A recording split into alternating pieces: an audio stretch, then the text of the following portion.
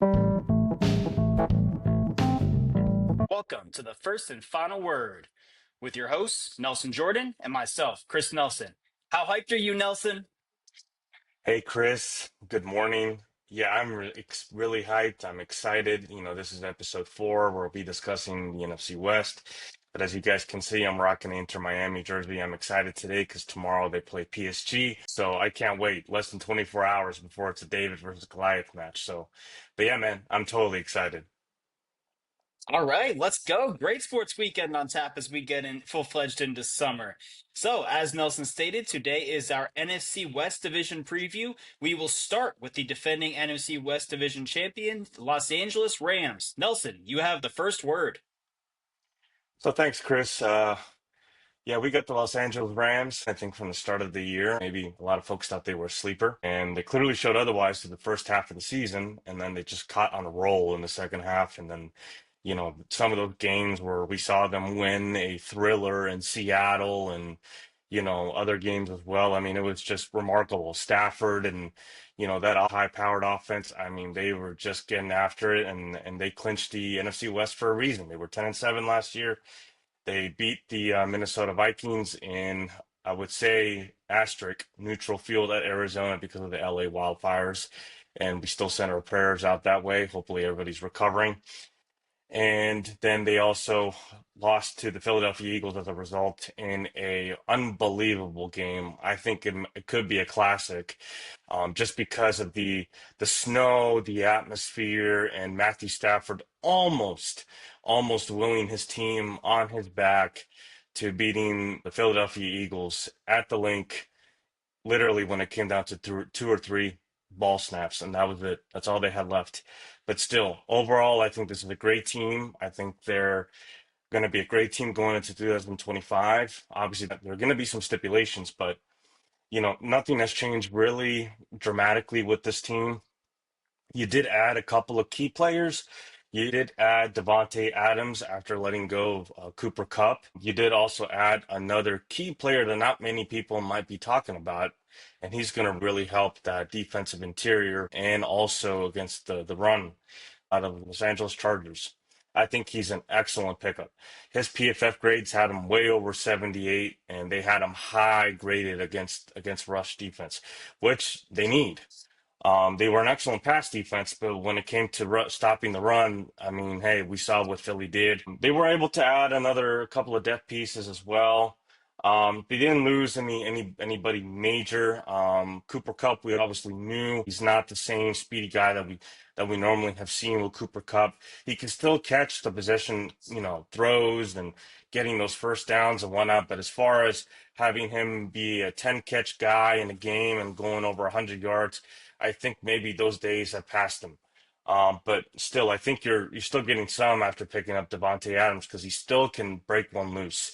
He still has the ability to go down the field and catch a 40, 50-yard pass, unlike a Cooper Kupp, who, quite frankly, after the ACL tear that he had, I just don't think he's the same.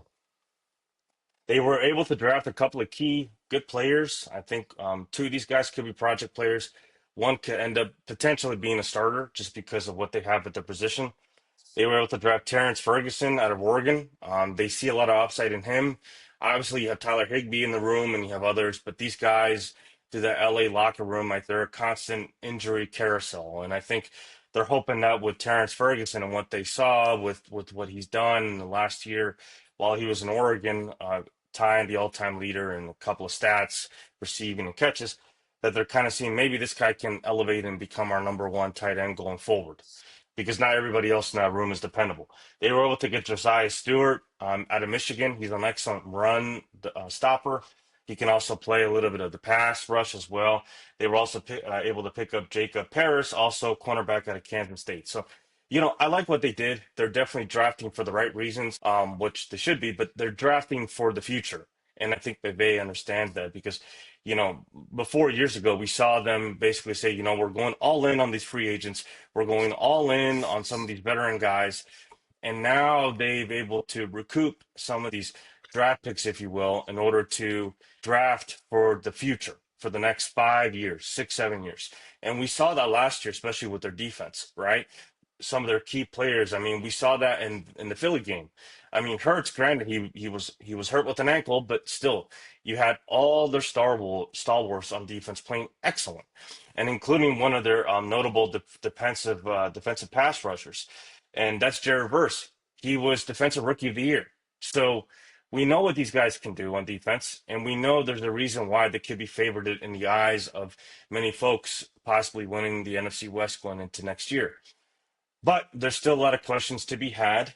I'll quickly kind of pinpoint as to a couple of key stats before I hand it off to Chris. But again, I don't see much change, especially under this offense.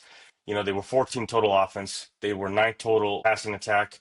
They were a little bit anemic in the rushing attack, and that's only because, you had an injury-prone Kyron Williams. If he can stay healthy, and then maybe we can see some emergence of a Blake Corum, I think you're going to see a good running back room, and I think they're going to be much better, which will only lead to this offense being more deadlier. On the defensive side of the field, again, last year, I think for the first half of the year, a lot was left to desired.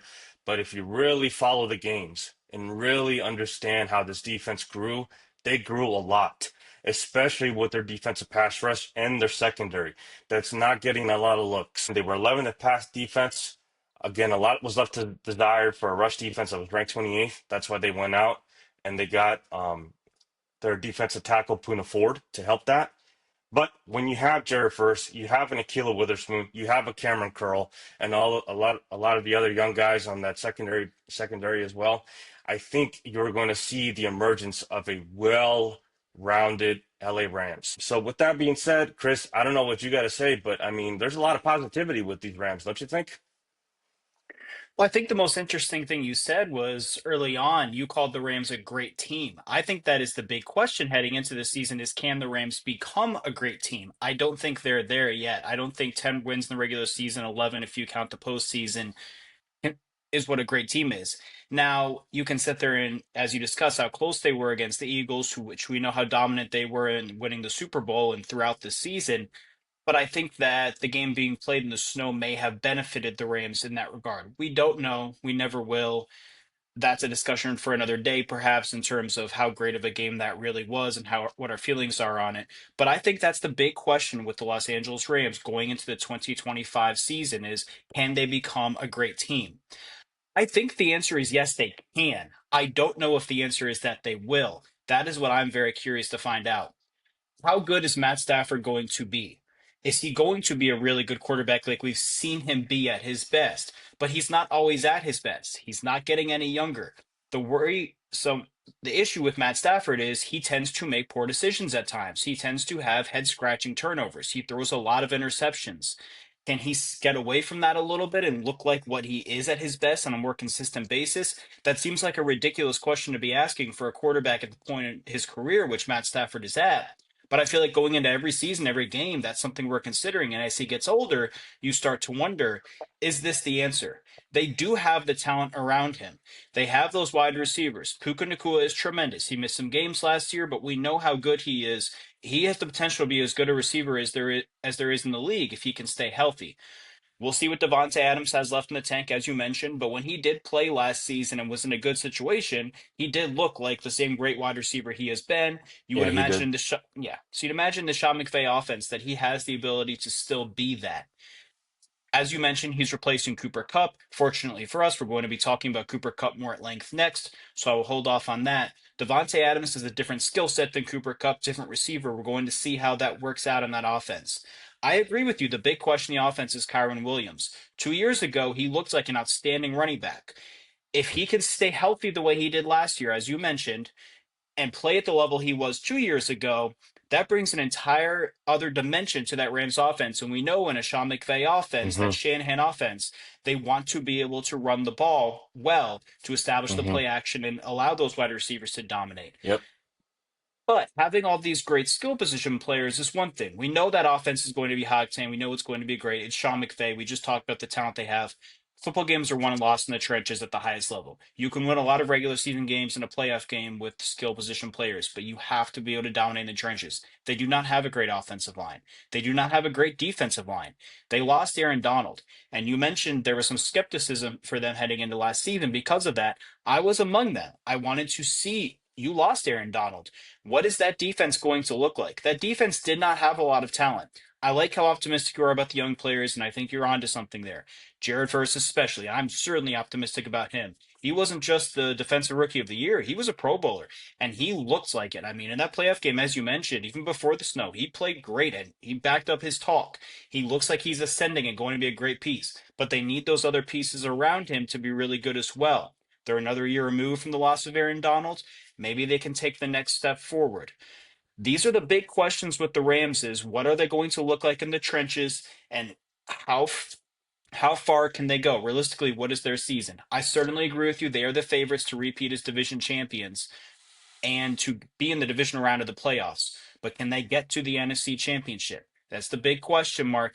And as you stated, 4 years ago, they went all in for that Super Bowl, and they knew the cost was going to be they were going to lose a lot of talent and have to rebuild a little bit. They've been in the process of doing that, and it seems like they're working their way up the past couple of years. So can they take that one final step? What is your final word on the Rams? Yeah, so I agree with you when it comes to Matthew Stafford. I think Stafford, in those prime years with LA, he was still having the same interception touchdown ratio when he came out of Detroit when he was traded 3-1, which that's very good in the NFL. But now, I mean, he's really slinging it more so. He's forcing it, and you do see some head scratcher games when it's like, Matthew, what are you doing here? Why are you having a couple interceptions in the game? Why are you throwing in triple coverage? Well, granted, that's because his offensive line, to your credit, yes, was playing bad. And that's as a result of a lot of injuries that they actually had. I recall correctly that from a lot of the broadcasts, even at the very beginning of the year, listening in that all their interior offensive linemen, I mean, I think they were down to maybe one starting lineman Yeah, by week 4 or something like that. And it was, correct. what do you expect Matthew Stafford to do at that point, right? When he can't even get the ball off or even read the defense with enough time. So, I mean, there is some bubbles to that, but I think with a healthy offensive line this year, and that's what I'm kind of banking on, and we kind of saw a little bit of that towards the end of the year, which they were able to get one. They were able to get their center back. They were also able to get their right tackle back, which kind of again band-aided a little bit of their problems, and we saw that it did help. And we saw Stafford being able to finally sling the ball to Puka Nakua. I don't know how many times we saw Puka Nakua just catch 7, 8, 9, 10 balls. Cooper Kupp coming out of the backside. I mean, so he was able to definitely have a better second half of the year, if you will, then versus or shoot. I mean, he did get hurt last year. We do remember that. He did get hurt. He was out for a Yeah, couple weeks, but then he did come back and he was able to play manageably pretty well, right? With the I thought he healthier played offensive very line. well. Exactly. So we always know that Stafford, even at his age, can be a top 5 quarterback in the NFC. But we also know that Sean McVay is a mastermind. He wants to continue playing chess against the best defensive minds. And without the use of the run game, as you said, they have to be able to run the ball a lot better. Because a lot of the formations that they run in 21 formations, 22 formations, they're playing tight against the defense.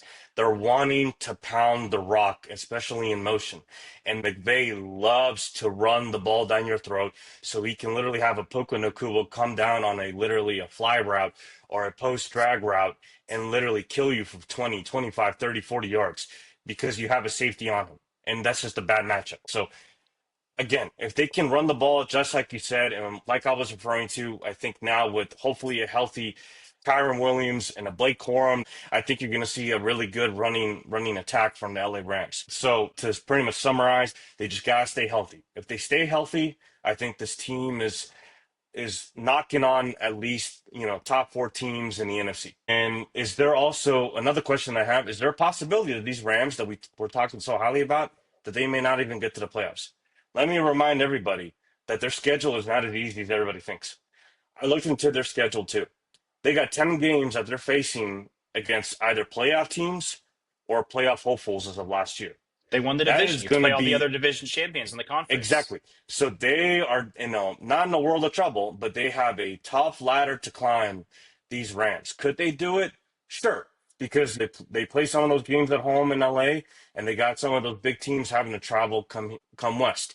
So that's going to be where are we going to see these Rams? If they split 5-5 of these games, or if they can somehow manage to be above 500 out of these 10 games, yeah, then the Rams will be in the playoffs. But if they stink up the joint and they're not so successful against all these high-powered teams that were in the playoffs last year, then there's a chance maybe these Rams are not as good as we think they are, and they might not even make the playoffs because there's a lot more competition in the NFC West than maybe most people may not be thinking of. And for that, we're going to be discussing next the Seattle Seahawks. So, Chris, you got the first word on those Seahawks. So we enter into year two with Mike McDonald, but that's also one where you're removed from Pete Carroll. So I think the Seahawks are one of the more polarizing teams heading into this season, and that makes them one of the more interesting teams because do they take another step forward with Mike McDonald, or do they take a step back by being further removed from Pete Carroll? We're going to find out a lot about Mike McDonald and how good of a head coach he is, and if he just had success by taking over Pete Carroll's team, and as he gets further removed, that goes downhill, or if he is that good of a coach. Now, obviously, what they have on the roster is going to help to determine that. They chose to trade Geno Smith to the Raiders. Pete Carroll got his guy back. Geno Smith wasn't exactly great last season. He did miss some time. For the most part, he played well, but it did seem like it was okay to move on from him. They chose to replace him with Sam Darnold. We saw Sam Darnold, for the most part, last season play very well, the end of the season aside. Can he repeat that in Seattle, or was that just a matter of fitting well in that system in Minnesota and that being a good fit for him? So that's what we're going to find out. I feel like at worst case, Sam Darnold isn't worse than what Geno Smith was last season. I think that can continue to just be pretty much the same, but they need him to be better than what Geno Smith was, in addition to staying healthy throughout the season. Now they chose to trade DK Metcalf to Pittsburgh and replace him with Cooper Kupp, as we said we were going to mention. So Cooper Kupp's going to get to go up against his former team, the Rams, twice. The big question with Cooper Kupp is going to be, can he stay healthy? In 2021, 4 years ago, Cooper Kupp put together as good a season by a wide receiver as there has ever been. I mean, that was one of the great seasons by a receiver in NFL history, maybe the best. That is the only great season he's had in his entire career. He's had a lot of injuries. He did come back from a torn ACL a few years earlier to have that season, so we've seen him do it. Of course, he was a lot younger then. He's had a lot of injuries the past few years. He's missed a lot of games every single season. When he has played, he's still been, for the most part, productive. Maybe not quite to that level, but to be fair, defenses are focused more on him. That's going to be the case. I know that Puka Nacua took away a lot of that coverage, so that helped him. But I felt like, for the most part, he played well enough last season. He doesn't need to be that guy he was 4 years ago. The Seahawks have Jackson Smith and Jigba, who was really good last season. Jackson Smith and Jigba put together a heck of a season. He looks like an ascending talent. So they have that weapon. Cooper Kupp is pretty much the polar opposite of DK Metcalf. DK Metcalf was a big, physical, strong, athletic wide receiver who was going to dominate one-on-one matchups. Cooper Kupp's a guy who's going to use his quickness to get open, get the ball in his hands, and pick up some yards that way. As you mentioned, more of a possession receiver, though he can get down the field at times. And he does have the ability to go up and make some contested catches. I mean, we saw that highlight reel catch he had last season for the touchdown, Yeah. I believe, against Buffalo. So that's the big question. Can he stay healthy? And how productive is he going to be if he can? And then do they have those two wide receivers? Can that be a great duo with Cooper Kupp in the slot? And they also replacing Tyler Lockett, which feels more like where Cooper Kupp be the replacement for, and he should be an upgrade in that regard. And then can Sam Darnold play well enough, even if it's not quite as good as he was at his best last season, to keep that afloat? Where I'm concerned is Mike McDonald is a defensive guy. He was the defense coordinator for the Ravens, did an outstanding job, top ranked defense in the league, and that's why they brought him in. Typically, with a defensive minded coach, you want to run the football. And when the Seahawks have always been at their best, going back to those Pete Carroll years, they ran the ball. Physical, big running backs, power backs, breaking tackles, running up the middle, into the teeth of the defense, wearing that defense down, and then they could kill them with the play action. Last season, they went with a pass heavy offense, and it just didn't seem to work. I didn't get it. They've chosen to stick with the same running back. He has regressed every year of his career. He did not look as good last season as what he did as a rookie. As a rookie, he looked like an ascending star. He's going to be really good. Now, the past couple of years, he did miss some games. That's played a part in it. He has improved every year as a wide receiver.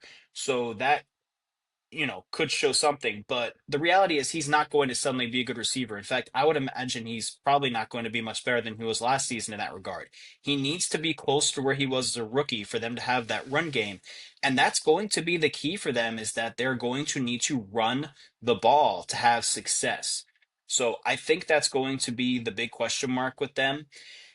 And then on the defensive side of the ball, they have some success. The secondary is the big thing. Under Pete Carroll for many years, that was always the strength. Pete Carroll, we know throughout his coaching career, has turned defensive backs into star. That's always been his thing. They have Devin Witherspoon, who has been as good as we expected him to be and hoped he would be coming out of college. They got the guy they drafted. He's been that guy. He's been tremendous his first couple seasons. We expect that to continue.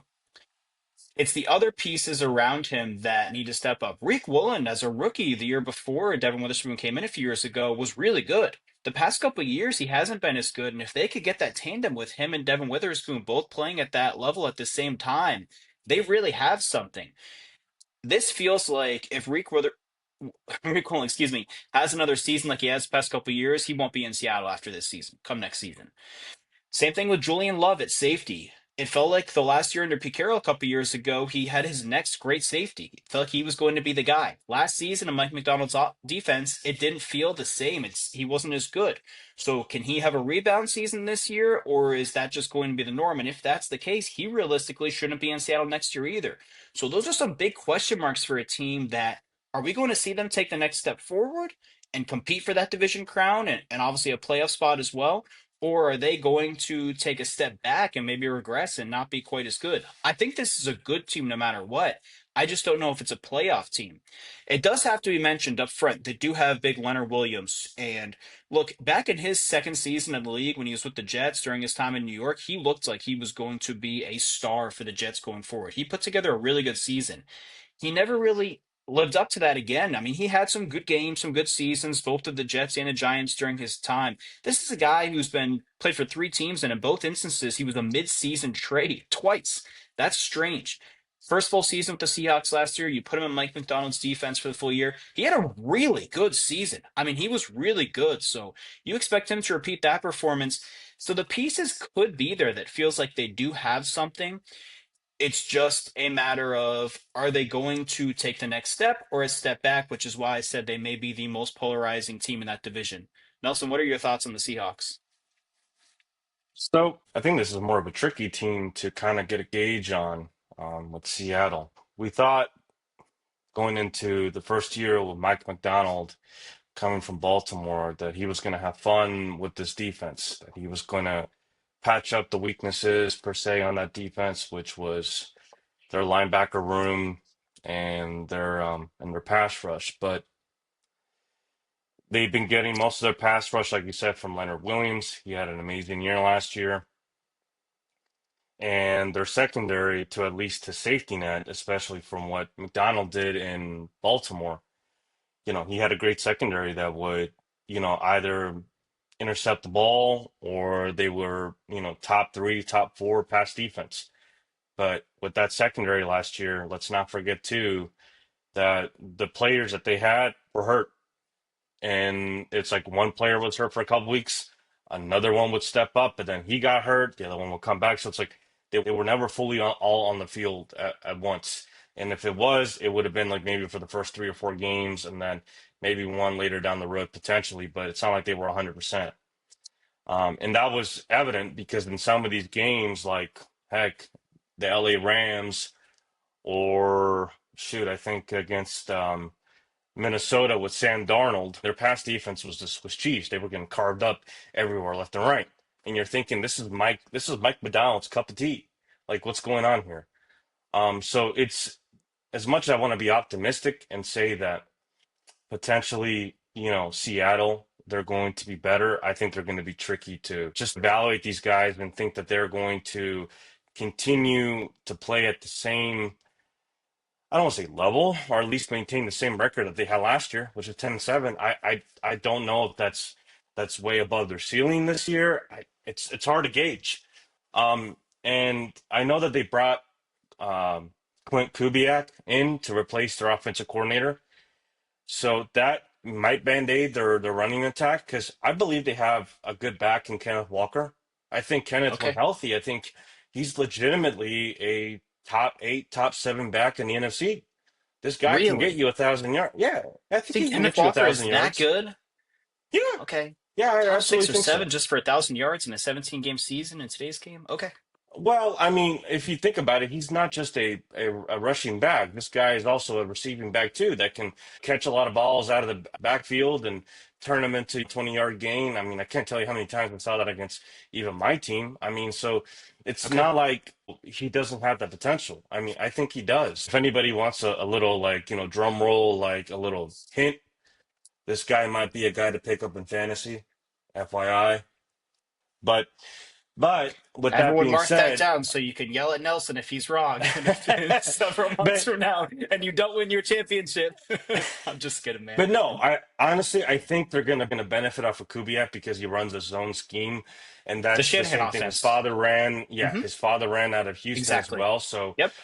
I think this offense is going to maybe run a little bit better that way because essentially in his own scheme, basically what you're doing is you're taking every defensive lineman and or linebacker and you put hat on a hat and the running back essentially pick a hole. Whichever one becomes open, you Yeah, and run zone straight to, blocking right? scheme and you get those cutback lanes. Exactly. Absolutely. It's somewhat easier for the running back. And we It saw feels like how 90% of successful. teams in football, both levels, college and NFL, are running it nowadays. Exactly. Yeah. So I think we're going to see a much better rushing attack. However, it's going to depend on the interior offensive line, which is going to be my last point. I think Mike McDonald might be a little too wishful and a little too hopeful. Because let's be honest, the level of quarterback coach and the level of offensive mind from O'Connell versus Kubiak is literally this. Okay. What O'Connell was able to do to mitigate his weakness of an interior offensive line in Minnesota and have Sam Darnold play at the level that he did, I don't know that I can bank on 100% that we're going to see the same level of play from Sam Darnold in Seattle. I just don't know. Because that interior offensive line I don't know if they're a little bit worse, but they did not play very well last year. And that's exactly why Geno Smith was, to his credit, he was mitigating because of his scrambling abilities. Sam Darnold doesn't scramble like Geno, right? And Yeah. he's not, he doesn't scramble like Geno. And he doesn't have the same, per se, in my opinion, accuracy throwing the ball in per se short to intermediate. I think where Sam is really good That's a at, I fair think he's statement. good at a long ball, right? So Okay. for that alone, it's really wishful thinking to think that Sam is going to do the same thing that he did, which is cover up that much of a hole in Minnesota to do the same thing in Seattle. Are you So hinting at again, something? huh? Are you hinting at something there? You want to make a bold I am prediction? hinting that I don't think Sam Darnold's going to be in the MVP conversation like he was last year. I So just, you I do? just don't Okay. think that's You going to do want to happen. make a bold prediction. Okay. Yeah, Are I we don't going to think take he that a will step be. further and just flat out say that you expect him to not be anywhere near as good as he was last season? I mean, MVP feels like a stretch. He wasn't all pro or anything, but he had a Pro Bowl season and he was very good. He threw a lot of touchdown passes. So you are feeling like he's going to take a step way back. Do you think he'll be as good as Geno Smith? Maybe better? Geno Smith didn't have a great year. I, He had a lot I, of I passing think, yards. I think there's some reason to like Sam Darnold. I think there are going to be some games against maybe inferior opponents, or even based off a matchup against a rush defense that could be bad, and that he can benefit off play action because Sam Darnold was also good on play action. I can't tell you how many countless times I saw him on rollouts where he was excellent in under O'Connell, delivering the ball to a Justin Jefferson or an Addison, or heck, when they had Hawkinson back. I mean, Right. so I think this is all going to depend on how Kubiak wants to attack these defenses. I just don't think, to be better, more specific, I don't think that we're going to see the same consistency that we're going to see like Sam Darnold potentially throwing 4 touchdowns, no interceptions, 4 touchdown, 1 interception. I think we're going to see more of a tad step back, maybe at a Matthew Stafford type level where he is reliant on the running game. So that way it takes more pressure off of him and he can sit back in play action or be able to throw essential routes that, the defense is already like on a second and long, third and long, where they're having to pin their ears back. At that point, I think that'll benefit Sam Darnold. But if this is where he has to sling it 50 times, I don't think he'll be as successful. That's just my humble opinion. They do have two decent tackles, but that can only do so much, especially when you're going to get a lot of pass rush up the middle or, Mike linebacker blitzes, et cetera, up to A or B gap. And with the schedule like they're going to play this year, it's really hard to fathom 10-7 again. But with that being said, Chris, I'm going to give it to you for the last word. Excellent job on the Sam Darnold breakdown, Nelson. That was good stuff. Thanks, man. So a lot of what we're discussing here, both of us, is all about potential. And I think it goes back to what I was saying about them being a polarizing team. And I am not with you on Kenneth Walker. I'm just not. I'm not saying you're wrong. We're obviously going to find out. But again, he's been in the league for 3 years, and I get it. He's missed games with injuries the past couple seasons. But if you look at his play, he's regressed every year. I mean, he's not going to be close to like a Christian McCaffrey level, which very few are. So that's an unfair comparison. But that's my point is he's just not a great receiving back. Getting better each year as a receiving back is awesome, but I think that he's found his ceiling there. Maybe he can be better than he as a runner than he was the past couple of years, but I just don't know that Kenneth Walker is the guy. I would not be at all surprised if he's not in Seattle next year. And I think I've said that about a few players in the roster now, and I think that's where the issues are. And we talked about Sam Darnold. We don't know if he's the guy. We don't know if Cooper Cup's going to be the player he was or if he can stay healthy. I think there's only a few players in this roster we feel good about. I don't even think we can feel great about Leonard Williams having another season of that caliber. We hope he will. We do expect him to, but we aren't certain. The addition of Demarcus Lawrence is a nice pickup and helps them a lot. So I think there's enough there for them to be as good, maybe better, but I would not be at all surprised if they weren't, as you said. And so I'll just leave it at that. They're going to be a very interesting team to follow. The Arizona Cardinals appear to be a team on the rise. What is your first word on them?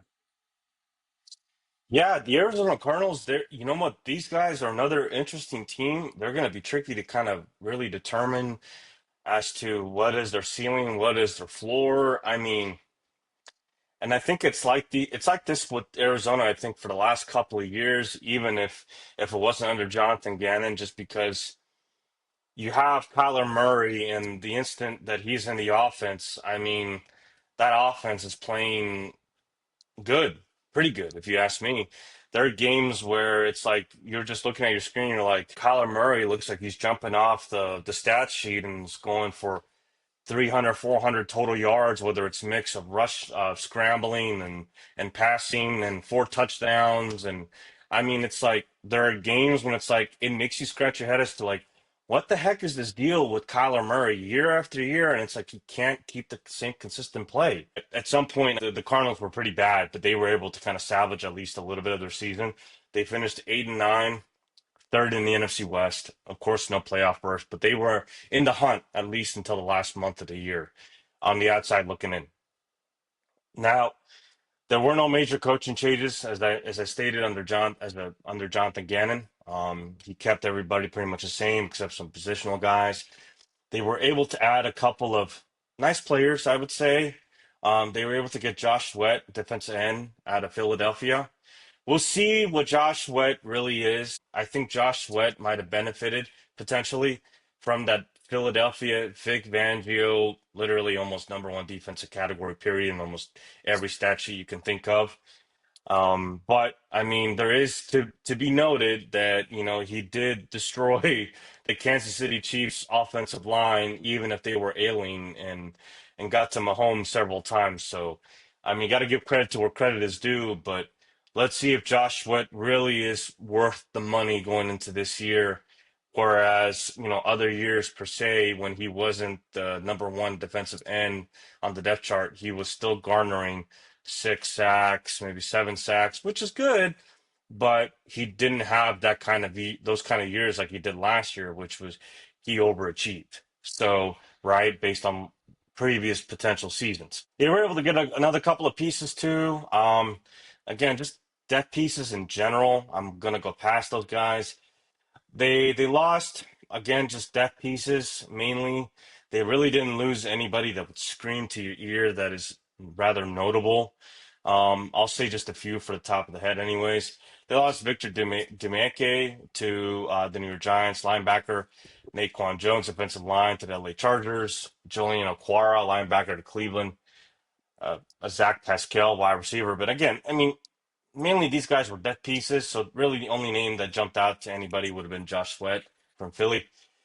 They were able not to draft on the defensive side, which Jonathan Gannon wants to do. They were able to get Walter Nolan, defensive tackle, Ole Miss at 16th pick.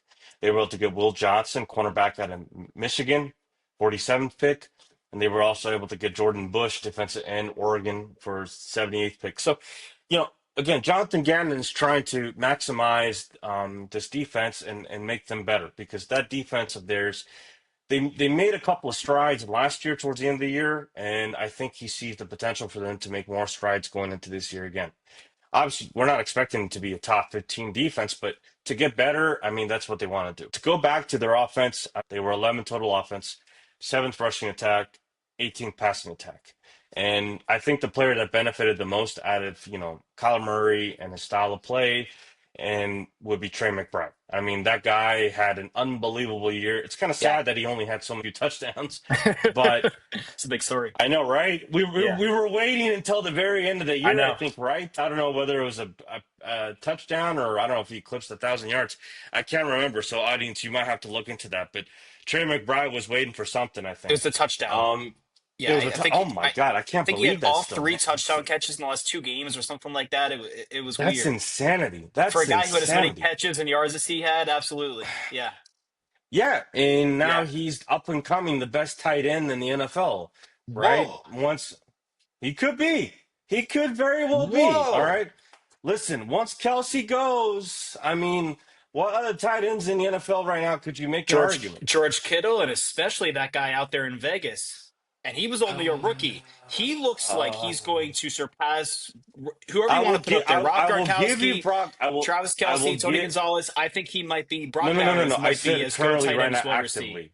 I would say currently I actively. think Brock Bowers is Actively. already the best tight end in the league after one season.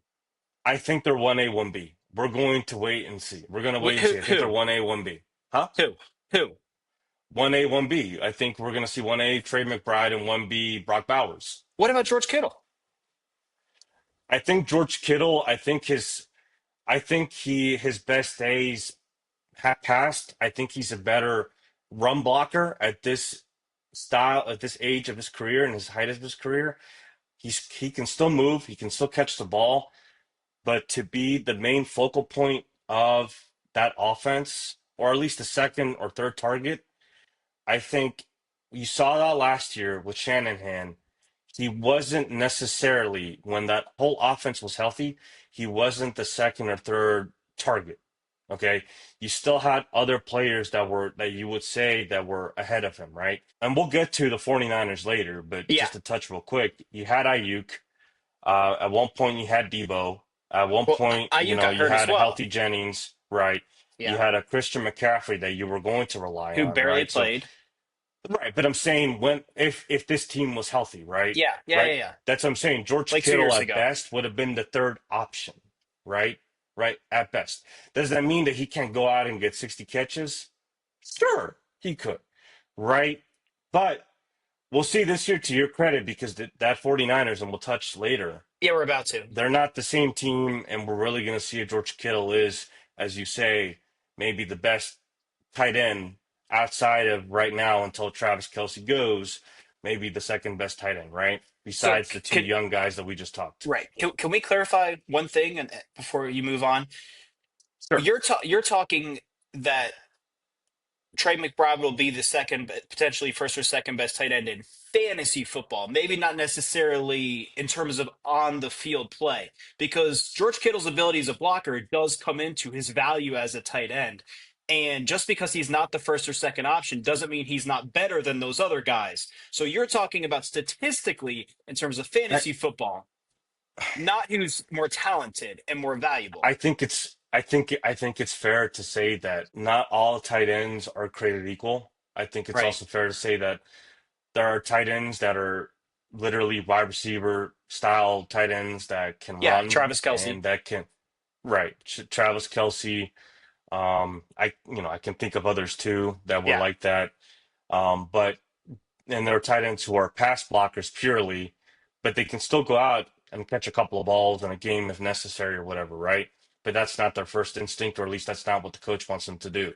I Sure. think with Trey McBride, my evaluation is he's an excellent top tier, meaning tier one receiving tight end, but he's an average blocker. Would I love him to be out there if he's in a single back with two other tight ends potentially in a bootleg or running plays? Fine, sure. But if it's a consistently where he might be, let's say, a tight end out of the backfield, blocking as an H block or potentially, filling in as, a just a single tight end on the outside, and they're countering to that side for a rush attack. I don't necessarily know because I don't rely on him to be that necessarily pure blocker. Now, where you're going to make the argument, and we'll touch later down the road with Brock Yeah. Bowers, is he has Yeah. the potential to be both, which is crazy to think, but that's the at least that's what Mel Kiper and so many other folks thought. Like this guy could legitimately be the next Rob Gronkowski. So we'll see when we get down that road and we talk about Brock Bowers. Because, Yes, sir. but still, to my credit, I think when it's all said and done, potentially after this year, I think you're going to be talking about the two best tight ends in the NFL. I think you're going to see both, like I said, Trey McBride. And you're going to say Brock Bowers. These guys are two of the best tight ends in the NFL past the season. And that's to obviously assume that we're going to see Kelsey retire and that we're going to see George Kittle possibly having a step back this year. But that's what I'm thinking in the back of my mind. So to move forward, again, I think these Arizona Cardinals, I think they're going to be a tricky team. They have good pieces on the offensive side. They can score 30 at will. They can score 40 at will, but I think that kind of comes into play with a good matchup. I just want to see them pick up their game, especially against good defensive opponents.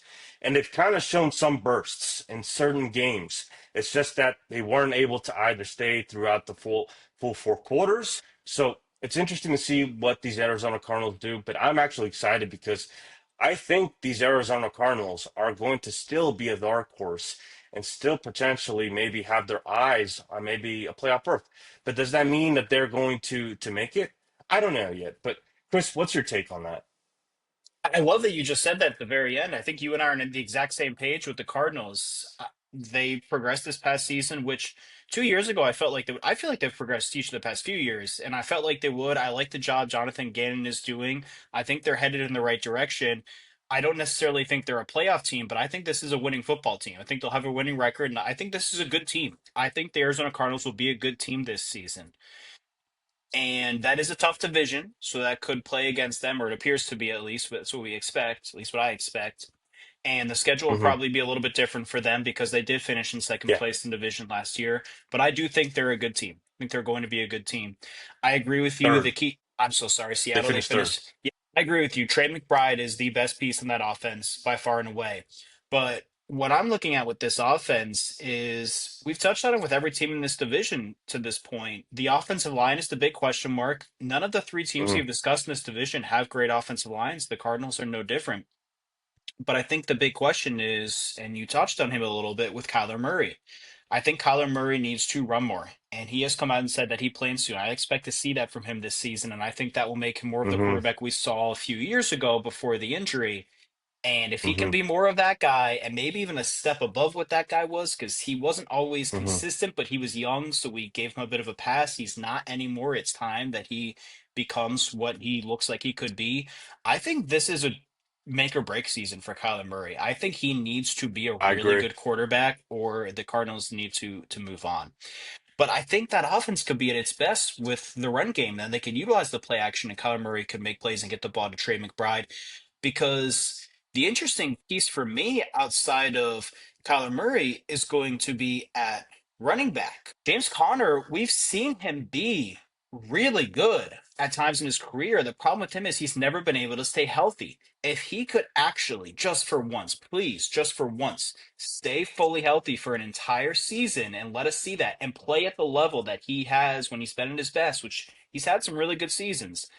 I think that he could be a really good, even great running back for them if he can put it all together. And with that rushing attack with him and Kyler Murray, that's going to be a nightmare for defenses to deal with. and will put them in position with Trey McBride to have some success. And they're going to need that because on paper, that defense isn't exactly great. Buda Baker is an Hmm. outstanding safety year after year. He is so good. Yep. But he's there on the back end, and everything in front of him is iffy. And you touched on that. It's not exactly great.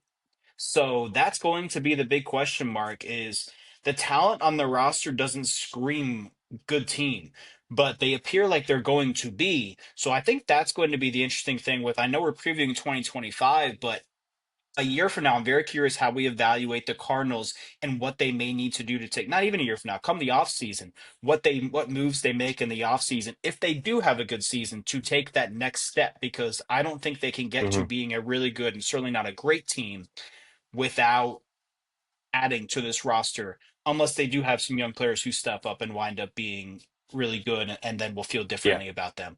But as it currently stands right now, I think that's the big question. But hey, if I'm out there in Arizona and Phoenix and Glendale in that area, I would be excited about the Cardinals and the direction they're heading in because it feels like they're getting better and have the potential to be a good team. You and I seem to be on Oh the yeah. same page with that. So I feel good about them. And what's your final word on the Cardinals? So, I'm going to kind of piggyback off what you said. I think this is a big year for Kyler Murray. I actually have faith. I think that he's going to live up to the hype. I think he's going to Me too. have a lot of progress in this offense. And I think what a lot of people need to kind of remember is when Jonathan Gannon came in, we got to note the job that he has done with this team. They were not very good when he took over. It's putting it mildly. They're And horrible. there was, yeah, right. And for them to essentially go from their first year record, which I forget what that was under him, to 8-9. I believe this is under his second year, right? Under John Gannon, under his regime. You can correct me if I'm wrong. In fact, check. But now that they're going into year three, at least that's what I'm thinking here. This is going to be I year think, three under Jonathan Gannon. You are yeah. correct. So there is reason to be optimistic down in Arizona that the culture is good, and you have a young coach who is now getting the best of his ball players, even if they may not be the cream of the crop, if you will, but they are fighting for it, right? Even I remember when these Arizona Cardinals, like we thought they were dead at one point, but they went, I think, on some like 3-game streak or something to be, I think, 2 games behind wild card, I think the seventh position. They were in the hunt, I think, until like 2 weeks before the end of the year. Even if they're sub 500, these guys continue want to play ball and they're going to play hard for Jonathan again. So that's got to speak a lot. And I think if you're an Arizona fan, like I said, look forward to the season. I think there are going to be some games where you're going to be like, holy crap, are we going to be this good maybe next year too? Like, there's reason for optimism in Arizona finally. After I would say maybe well over a decade before the years where you guys had Kurt Warner and Bolden and everybody else, right? Wow, we're So going all the way back I then. think there's reason to have What about the optimism. Carson Palmer team? Eh, 2015? eh. Tyrann Matthew got hurt, but I mean, that's still they went close to to the a NFC decade. Championship. If we're That's talking fair, but you were 2015, going that's all the way back to 2008, '09, the late 2000s. So I just wanted yeah, to, over a decade, but still, I mean, you yeah, know what? I kind of covered that too, yeah. saying that. So, but you got me on that one too. Yeah, But and all right, to answer your questions, they went 4-13 and 22, and then in Jonathan Gannon's first year, they were also 4-13, and as you stated, 8-9 last year. So yeah, he kept them steady the first year, and then he turned them up last year. So we'll see what he can do this year. I'm curious before exactly. you I mean, dive who in too knows? deep. I'm very Yeah, curious in exactly. something. Who? You may touch on this, but Marvin Harrison Jr. What's your evaluation of his rookie season? What are your thoughts on him going into this Well, season? And do you feel that he has to become what everybody thinks he will be in order for the Cardinals to take that next step? I'm gonna get to that. So yes, Okay. but let me first touch on this point before I get to that because I think we're gonna see possibly an explosion of Marvin Harrison's in his play from last year to this year. Okay. So you were touching on a point where I think this is where the Cardinals could, and I think they're going to hinge on, that's going to make this offense under year three, under this regime, under Gannon, that much more potent. We got to remember these Cardinals, even with James Conner being out, they were seventh overall as a rushing attack team. but their running back room, I don't think people can understand the quality of players, even if they're depth pieces that they have at that running back room. I saw them play in literally filling in for when Connor was out, and they were still averaging. I think all these backs were averaging over 4.2 yards a clip, and they were still playing well in spots and in spurts, even when Connor did come back, and they were splitting the room. You had Trey Benson and Mari DiMarcardo and Michael Carter, all who were excellent depth running backs. This running back room for the Cardinals is loaded. I can't tell you. And it's like every single time that, these guys appear on this roster, I mean, it's crazy. They get picked up either 1 or 2 years later by some other team because it's like they just grow running backs like they grow trees. I mean, the Arizona Cardinals, they're good for that, right? So, and I think with that kind of room and hoping that James Conner can stay healthy, to your credit, Please, that James threat Conner. of a One rush, time, one yeah, season. and with that rushing threat out of Kyler Murray is going to make defenses having to say, well, if we got to stop the run, then guess what's going to happen? One-on-one coverages, play action fakes to who? Not other than Marvin Harrison Jr. And I think that's where he benefits a lot because they did that in Ohio State. Folks, if you want to remember, go watch the tape on Ohio State. Pro style offense, but this guy was lethal when it came to play action on deep end routes. Any possession routes, that's where he excels. He does not excel on a 40-yard bomb. That's more so the other receiver out of, out of the LA Rams, Devontae Adams. This guy is over the middle, catch you balls. If you want to make a comp, you can make a comp potentially just speed wise and going up there, getting the ball, maybe to an Anquan Bolden. But that's the only comp that I'll give him as far as an Arizona type of guy. But I expect him, and I think he will surprise some folks and have a way much better year than what he was given in year one based upon if they can stay healthy. And I think they will. I think they will because I don't think the injury bug for them is going to be as bad as it was last year. And the last part is I think we're going to see reality. If they make the playoffs, it's going to speak on one point. If there's a huge upside with this defense, if this defense can play better than what his expectations are given to them, kind of like, and again, see all the memorabilia behind me. If they can excel and they can play better than what they could be on paper, then I think you could see an Arizona Cardinals finishing seventh and squeaking into the playoffs. So that's the attitude they should have. Bend but don't break, and give your offense a chance to be able to score 24 points plus a game, and you're going to be in a lot of games, Arizona. I like where you guys are going. I think you guys may be just a little short this year, but I think next year, I think is the year to really say, okay, Arizona's coming in hot and they're flying in. So with that being said, we got to discuss one more team. I can't wait to discuss on this because I know you got a lot of good takes on the 49ers and especially George Kittle. So Chris, you got the first word on the 49ers. I'm not going to go in too deep on George Kittle, but sure, I'll mention him right off the bat. George Kittle is an outstanding tight end. And the great thing with George Kittle is he is not just a great receiver, as you mentioned, but he's a great blocker, as you touched on. So he's perfect for that Shanahan offense. Perfect fit at that tight end position. I think the San Francisco 49ers are one of the most interesting teams in the league this season. I really do. I don't It's disagree. easy to look at them and say this is a 6-11 team that finished last place in the division, but they had an unprecedented number of injuries to all pro and Pro Bowl players. We've just never seen Hmm. anything like that, in large part because we've never seen a team that's that loaded with players, especially not in the free agency era. But there are some questions here. So, was the decision to pay Brock Purdy the right one? It caused them to lose a lot of talent in the roster, and that talent seemed to come off of their defense. They do bring Robert Saleh back. We know he did not do a good job with as the head coach of the Jets, to put it lightly. To be fair, no one does. There's some criticisms that should be directed at him in terms of why he didn't. But as a defensive coordinator for the 49ers and as a defensive mind, he is a tremendous coach in that regard. So you have to feel good about that, but he doesn't have the same talent on that defense he did some years ago when he was there, or even what they had the past couple of years, more than that, but they lost some key players. Now, those players did, like a lot of players in the roster that I'm about to touch on, suffer a lot of injuries last season and miss a lot of games with injuries. It's going to be interesting if the 49ers aren't great this year to look back at the 2019 to 2023 San Francisco 49ers, that 5-year run, and much like their teams from 2011 to 13, wonder how did that team not win a Super Bowl? And if you Mm, look deep, the answer to the question has a lot to do with injuries.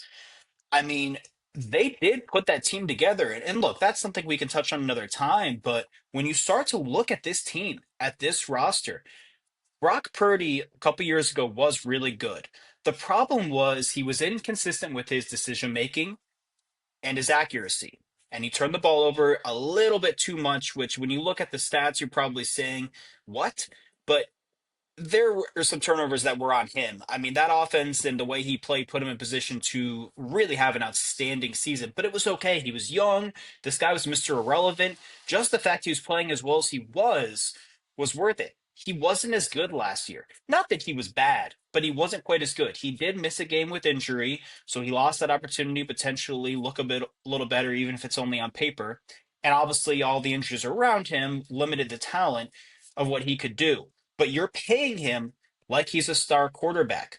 I'm not going to give Brock Purdy the game manager tag. I'm not going to do that to him. But realistically, he does need to be more of a point guard and simply disperse the ball to all these talented playmakers, and that'll work. Make good decisions and throw accurate passes and run when they're covered and the opportunity is there to do so and gain yardage. He doesn't need to be a spectacular playmaker. He doesn't need to be Lamar Jackson, Josh Allen, Patrick Mahomes. He doesn't need to do that because they have guys like George Kittle. Now, they have Christian McCaffrey, who both as a rusher and a receiver is as good a back as there is in the league, but he's coming off of significant injuries, and we've seen him suffer a lot of those throughout his career and come back from them, but he's getting a little bit older. Is he still going to be that guy? Trent Williams is not young. He's coming back off the serious injury. He's as good a left tackle as there is in the league, right up there with Tristan Wirfs, but is he still going to be at that level or even close to it? Brandon Ayuk's coming back from the torn ACL. A couple years ago, he put together an all-pro season. He looks like the number one option. Last year, when he did play, he wasn't as good. I know that he skipped training camp, but how much of an impact could that really have for a guy that talented? Is he going to be ready for the start of training camp this season? Is he going to be ready for the start of the season? How good is he going to look? Is he going to be back to that all-pro form? Ricky Pearsall on the other side. Deebo Samuel is now gone. He gets the opportunity to be the starting wide receiver in that offense opposite Brandon Ayuk. He's going to get a lot of one-on-one coverage because they have Brandon Ayuk and George Kittle and Christian McCaffrey and Jawan Jennings, who I'll touch on in a moment here. He showed signs last year when he played, when he came back from that horrible incident with the gunshot, that he could be the receiver. He was a first round draft pick, and he looks like he could live up to that and be, a first round talent. So now, as a full time starter and with a full season, we hope he stays healthy and plays the full season. And if he does get a lot of one on one coverage, can he be that guy? Juwan Jennings in the slot throughout his career has shown how clutch he can be. Third downs and the red zone, touchdowns. He seems to always show up in the most crucial moments, the final 2 minutes of a game, of each half. Last season, he looked more consistent, like he could do it and put together some big games. As you mentioned, he dealt with some injuries. Can he be a consistent, good slot receiver? They don't need him to be a star, but can he consistently be a good slot receiver? Look, if all of that comes together, that's as good an offense as there is in the league. Not just the highest scoring offense, but they can churn out yardage, time of possession. We know that they want to run the ball in that Shanahan offense and utilize the play action. We know he's a good play caller. Sometimes he makes some questionable play calls. He needs to get better at that. But at this point in time, Kyle Shanahan's been doing this for a long time. He's going to be who he's going to be. So how good can that offense really be across the board in all facets and control the game in addition to scoring points? I mean, Christian McCaffrey at his best is an outstanding runner, an outstanding receiver. He's a tremendous goal line back. He's great in the red zone. He's great all over the field and in every regard. He's a true weapon. And then they can put in other backs behind him. And in that Shanahan offense, they're going to churn out yardage and be really good. The defense is where the questions are going to be. Nick Bosa is really good. But a few years back, he was so good, he was the Defense Player of the Year. Since then, he's continued to be really good, just not to that level. He needs to stay healthy. We're going to say that with every player in this roster, it seems. And even if he's really good, it feels like that's good enough for the 49ers to have success. But if he could go back to being that guy, that's scary for the rest of the league. Fred Warner is outstanding. He is as good a linebacker as there is in the league. He is a playmaker. He just always seems to be around the ball in the big moments. Interceptions, forced fumbles, fumble recoveries, tackles. He's just unbelievable. You watch a game, he stands out so much. I mean, and he's consistent. He is absolutely incredible. That's the guy in that defense. The big question is in the secondary. Up front at defense tackle, they lost Javon Hargrave. I don't know that they necessarily replaced him, and we saw how that impacted them when he was out last season. But the secondary is where the real losses come into play. They lost Talanoa Hufanga. He's as good a safety as there is in the league when he Mm-hmm. was healthy. He obviously dealt with the injuries, the torn ACL, of course, and coming Yeah. back from that, and then some more injuries on top of that last season. When he's been off the field the past few years, we've seen the difference that makes. That might be what cost them a Super Bowl a couple of years ago, was him tearing his ACL and not being there for that game. They lost Travarius Ward as well. You have an all-pro cornerback. He's really good. We saw how that impacted them last season when he missed games. They're both gone now. There's not a whole lot of elite talent left in that secondary. Robert Saleh might be a great defense coordinator again, but how much can he really do with that being the case? And then, of course, they lost Dre Greenlaw, outside linebacker. How good are those outside linebackers going to be? Not that Dre Greenlaw was a great player, but he was a good player and a good fit for that team consistently. He's the other guy who got hurt in that Super Bowl, and one of the worst injuries we've ever seen. Just a weird situation. They probably win that game even without Talanoa Hufanga if that doesn't happen. So they are just such an interesting team because we look at them and say, what is their ceiling? Is it a playoff team? Is it just simply better than last year? Are they division champions? Are they NFC champions? Are they Super Bowl champions? What is their realistic ceiling? And Nelson, go ahead and give us that answer and your full take on the San Francisco 49ers, if you would please. Well, to touch briefly on an outside point, as a result of Drake Greenlaw and Talanoa Hufanga, holy crap, that Denver defense out there is going to be freaking loaded. I And when know. we get to that Yeah. later down the road, that Denver defense, I And they were swear, always so I good. cannot wait to see those guys play. Yeah, Ooh, that like you said, Denver we'll get to that defense later. is going to But be loaded. I'm excited to talk about that because they lost Oh, Justin Simmons and somehow got better, and now they have that great safety back, and I don't know how, but they're Jesus so Christ, good. if they're Yeah, I'm telling you, we're gonna get to the AFC West preview, which is probably a yeah, month from now. But yeah, guys, that AFC West preview is gonna be so much fun. I can't even tell you right now. And we're just talking about these two players that just left San Francisco. To their credit, yeah, because they signed them and they got them from yeah. San They, Francisco. So in the yeah, business, they call Denver. that a Oh my God, tease, exactly. and that was a good But tease. to kind but to brush on everything that because you literally took all the words out of my mouth. A lot of folks have these guys as because of their easy schedule, they are somehow going to just jump from fourth to first. I'm under the opinion that I don't think that that's going to happen, and let me give you reasons as to why I don't think it's going to happen. Um, you have Christian McCaffrey, who's 29. I don't give a darn, or excuse me, I'm trying to keep this PG, about what Shanahan said. And after OTAs have been saying he's 100% healthy. How much mileage does CMC have? Let's be honest. Can he produce at the same level he did 2 years ago after an injury and do it again this year? That's my first reason why. My Okay. second reason why, Brandon Ayuk, ACL injury, right? Receivers are not the same the year after having an ACL. It's a proven fact. Give me one receiver audience that literally came after an ACL tear and literally did the same thing the next year. Chris might be looking that up, but I just don't think I Because I'm haven't not seen one in top recent of my memory. head, I don't have it. Right. And Trent Williams, he's old already in age. If people haven't realized that, I think he's like 34. I mean, Jesus See H that Christ. young? I thought he was older than that. I think he's 34. I mean, Okay, I okay, know George you're probably Kittle, I right. was going to get to next. He's 31. So it's like these guys are aging. Ben And to Nelson, think don't that say these our ages.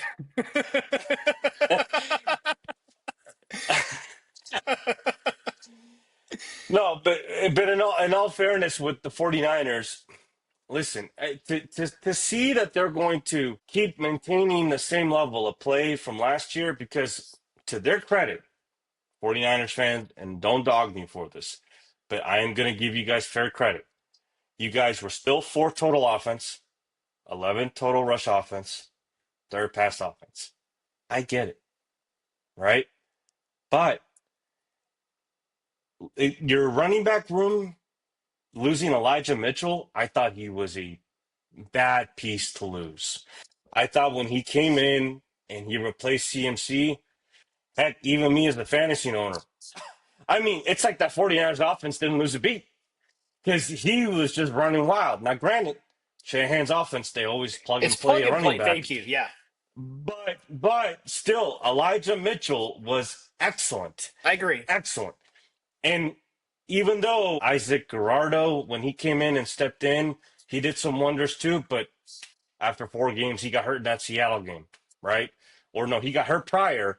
He came in, he was questionable. I remember that game, but he got hurt after the first 2 series, and we haven't seen him since, right? So it's like I just don't have enough faith to say, you know what? Just like I was optimistic with the other teams being healthy, I'm really pessimistic with you guys maintaining healthy. You guys are literally one injury away, and I'm literally going to mimic.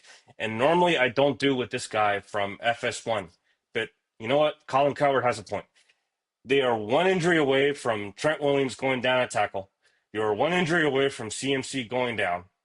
And you don't even know what you're going to get at Brandon Ayuk.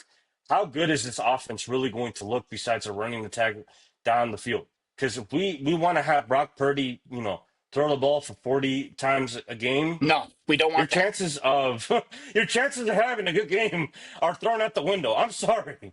I don't know if he can do that. I think Brock Purdy, he plays excellent when he has a good rushing attack, which you guys could have potentially, but that is the word potential, right? Again, and he's able to play off of play action with Kittle and everybody else underneath. Because let's be honest, Purdy does not have one of the strongest arms in the NFL. He doesn't. Okay. He's a good quarterback, but he just doesn't have a 67-yard bomb down the field like some of these other QBs can do. And your defense, exactly what Chris was saying earlier. You guys literally stripped your defense naked down to the studs. You guys are young everywhere. And if and he did and Chris didn't even touch on this. But let me give you another reasons why I don't even think your defense might be as good as it was last year. You guys were 7 total defense, 18 total rush defense, 4 pass defense. Besides you're losing players in your secondary and in other key places, who did you guys draft that makes you think, okay, they can come in and be literally first-year starters? Mykeel Williams, defensive end out of Georgia, I looked at his stats. He had, I think it was 12 sacks in what was it, 3 years at Georgia, with 6 being his last year? And all he can do is play in a wide 9? He's not an every down defensive end. Alfred Collins, defensive tackle out of Texas. There are questions with him. And there are questions with Nick Martin. Nick Martin, linebacker out of Oklahoma State. He was a depth piece. He wasn't even a starter. So Robert Saleh does have a project underneath him to do what he did. Now, granted, to Chris, not to validate your point, but to say that he is one of the better defensive coordinators, absolutely. Because even with the Jets, when they were as bad as they were last year in the first part of the year, he still had that defense at a top 5 level, Yeah. even. And people double check me if you want, but he did. So I Saleh is think the still a argument great from some defensive to that mind. would be that Yeah, they had a defensive coordinator and maybe yeah, it they had wasn't better him. players. Well, and Yeah, the defensive yeah, coordinator they that maybe take credit away from him. But I'm in agreement with you on this. Yeah, he's one of the better DCs in the league. I And I think so. think by bringing him back in and Yeah. bringing some of that culture and that just, I guess you want to call it young, fun attitude, relentless play, I Yeah. think you're going to instill that in some of these players. But I'm still not a believer, even with that being said, that your team is going to just automatically jump from fourth to first. It's hard to think, even with a fourth place schedule. I'm sorry. I just don't see it. Just because of the risk of injury, all the mileage on some of your key players. It's just it's you can't deny that. As whether you're a 49ers fan or as an NFL fan, it's hard to deny that there's a chance that literally the ship might go down just because of a couple of injuries. And God forbid, we don't want to see that as NFL fans. Chris, I know you don't want to see that from an NFL standpoint. We Injuries want are to the see every team be worst part of successful. sports. Yeah, like Absolutely. Yeah. hell, we don't want to see essentially career-ending injuries for that No. matter. Because No. shoot, once you tear one ACL, the other ligaments in your leg, the PCL, the MCL, that becomes unstable. It's not the same. It's literally not the same. Well, So it does you have to be guys said, have to. Nelson, that in the modern age with modern medicine and science, so on and so forth, however you want to look at it, players do come back from torn ACLs. I'm talking across the board in sports and have success and have for probably the past 15 or 20 years now. It's not like it used to be where a torn ACL was a death sentence. I'm not saying you're not onto something and everything you're saying isn't accurate.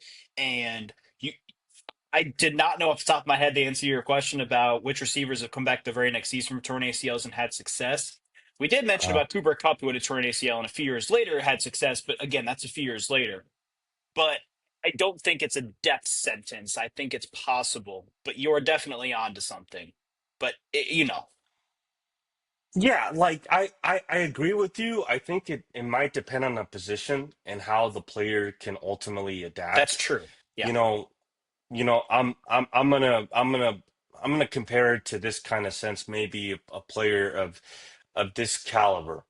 So if we had a pinpoint to a recent player that had an ACL injury, but still, for granted, he was still a good quality back producing what he could produce, maybe not at the, 1A or 1B level that he was always in, but still, I mean, this guy's a threat on the field, and he still had some games where it's like, okay, he played well.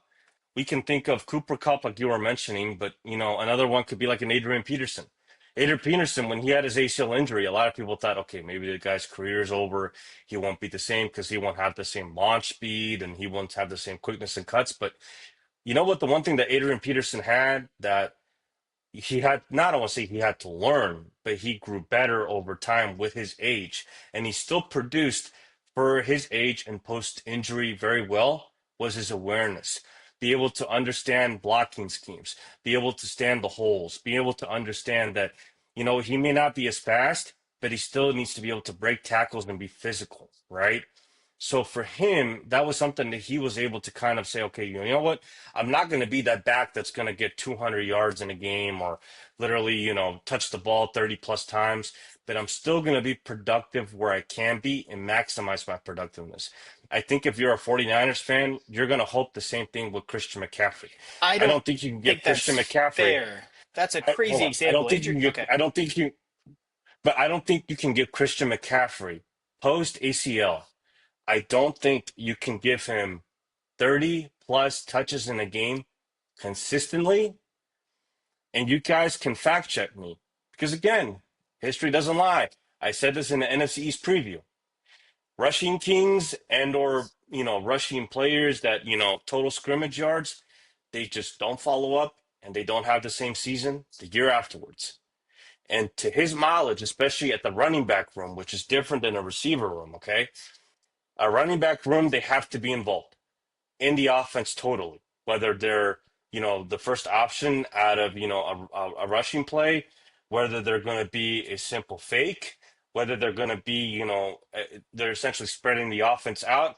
And maybe they're going to be the first on the passing play, on the screen play of some type, etc. I don't think you can have him consistently catching and rushing the ball for over 30 touches in a game. If you do, I think you're going to have a matchup that predicates that. But for the long haul of the season, if you want to keep McCaffrey healthy, you got to turn back to your running back room and give other touches elsewhere and make sure that he stays healthy long enough throughout the whole season. Even if he's 29 years old, hasn't even eclipsed 30, it doesn't matter. Even with what Chris, you were saying earlier, with the medical attention that we get, Yeah. surgery and all that, still that leg, I look at better to you this way. Anybody wants to understand. Once you get a car, that car is going to run the best when everything is new, right? But the moment that you have to replace, whether it's an axle, a tire, anything that's critical to the car itself, it is not going to run the same as it did when it first came freshly off the manufacturer's lot. And that's exactly what we saw with Christian McCaffrey and all these other running backs. When they got up to here, they were excelling, but they had a drop off. And in order to maintain and plateau instead of having them more of a cliff, you got to be able to adapt and keep them steady. So I hope for 49ers fans and for your fan base sake, I hope you don't run into the ground. Chris, you got the last word because that's my take. Right now, you did have a torn ACL, and you mentioned about the wide receivers coming back from them. You are onto something, it appears, with that. We'll look deeper into that, and maybe we can post something about it, some data about it, just because it's an interesting topic. Right. You brought up a really good point there. I did want to mention with Adrian Peterson. Adrian Peterson tore his ACL on Christmas Eve 2011. A week later, had surgery on New Year's Eve and was back to start the season and ran for 2,097 yards that year. That was just some freak level stuff. That is an unprecedented example. I don't think we'll ever see anything like Unicorn. that again. Exactly. So I don't think that's a fair comparison for anyone else. But we that will be a fun conversation to look back and not just their careers, but the very next season when they return, their first full season back from a torn ACL. We'll say that to discuss how they play position by position. And we know some quarterbacks, including Kyler Murray, who we Yeah. talked about, who have come back from that. I don't have a ton more to add on the 49ers. I think we did a great job breaking them down. I think, as I said, they're one of the most interesting teams in the league. And my curious question Yeah. is, what is their ceiling? So I actually do want to ask you, what do you have as the 49ers ceiling? I think the 49ers, I'm not going to give a record No, their like just ceiling. Their like that. ceiling. I The think best they could possibly be. Their ceiling. the best they can possibly be. Yeah. I think the best they can possibly be is a 10 win team. I think their floor might be 6 or 7 wins, just like last year. Wow. Okay. All right, 49ers fans. We'll get you a handle to come at Nelson later on. Get you as a Twitter handle or X, whatever we're calling it nowadays. All right, Nelson. So that's all we have on the 49ers. What are your pre-training camp projected standings for this division for the NFC West? So I'm just going to say one thing and then I'm going to give you my standings. The whole NFC division we just covered is going to predicate on health. Clearly, it's been across the whole entire board, everyone being healthy, right? Yeah, NFL in general, but this I was division in gonna say, yeah. particular. Hmm. Uh, yeah, so I think LA Rams are going to come out on top. I think they have more in the tank. San Francisco, I actually think you guys are going to win just enough games to finish second. Arizona, I think you guys will be third, and Seattle fourth. I have one asterisk before I give it to Chris. I think this division will be legitimately the best division in the NFC. I don't know overall, but I think everybody will either finish near 500 or better. Mark my words. Man, Nelson, we're gonna bore people to death today. It's like we're sharing a brain today because I was about to say the exact same stuff.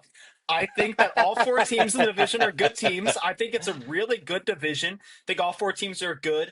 The thing I will add to that is I am not sure that there's a great team in the division. I think the Rams, and I disagree with I the agree. 49ers, I think the Rams and the 49ers have the potential to be great teams.